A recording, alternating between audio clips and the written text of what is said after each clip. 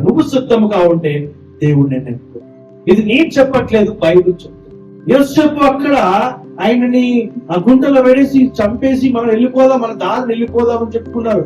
ప్రజలని నమ్మినట్లయితే, బయట ఉన్న వారి వ్యక్తులను నమ్మినట్లయితే సహవాసం చేయొచ్చు, ప్రేమ చూపించవచ్చు. కానీ నీ నమ్మకం ఎవరి మీద ఉండాలంటే దేవుడి మీద ఉండాలి. బయట నమ్మిన వారినట్లయితే, బయట వారిని నమ్మినట్లయితే ఎప్పుడు ఏ పరిస్థితులు మనం గమనించలేదు. ఎందుకంటే సొంత అన్నలే వాళ్ళ తమ్ముని చంపి పాడేసి పెద్ద ప్లాన్ వేసి స్కెచ్ చేసి వెళ్ళిపోయారు. కానీ దేవుడు ఏం చేశాడంటే తన యొక్క పరలోక సంబంధమైన ప్రణాళికను తీసుకొచ్చి యోసేపు జీవితంలో నెరవేర్చి ఉన్నాడు దేవుడు.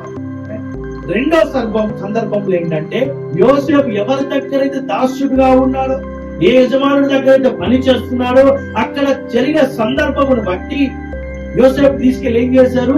జైల్లో వేశారు. ఫస్ట్ కుటుంబంలో ఉన్న సభ్యులు తిరస్కరించారు. తర్వాత పని చేసాక తన వృత్తి పని, జాబ్, బిజినెస్, కెరియర్ ఏదో ఒక పని చేసుకుని ఒక సందర్భంలో తిరస్కరించారు. అర్థమవుతుందా? రెండు సందర్భాలను ఈ రోజు ఎగ్జాంపుల్స్ గా తీసుకొని వచ్చాను. ఏంటి అంటే, కుటుంబము తిరస్కరించిన, బయట ఉన్న వ్యక్తులు మనం చేసే పనిలో ఎక్కడ ఉన్నా సరే మన లైఫ్ లో ఎవరు మనం తిరస్కరించిన, దేవుడు మనకి తిరస్కరించాడు.